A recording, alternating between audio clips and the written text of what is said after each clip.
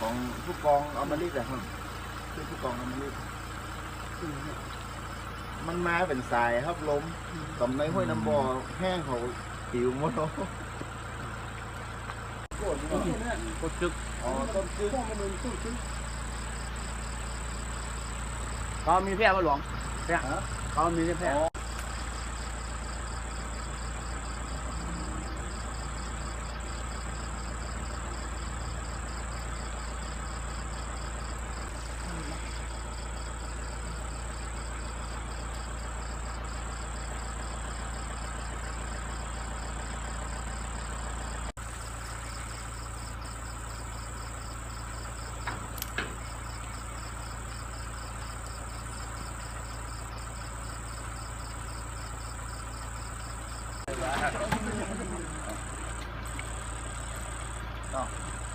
เจ้าหน่อที่มันเกิดเหตุนอนเจ้าหน่อ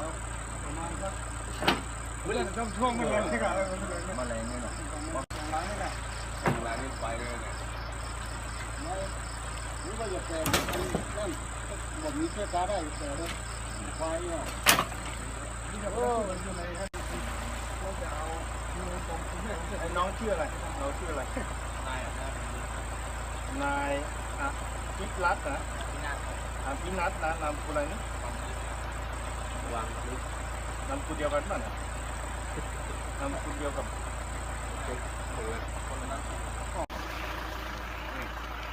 นี่ไงมันก็ป้ายนี่บอกโอ้ช่องกระเดื่องต้นหมดอ่ะเรื่องไม่ต้องไม่มาพูด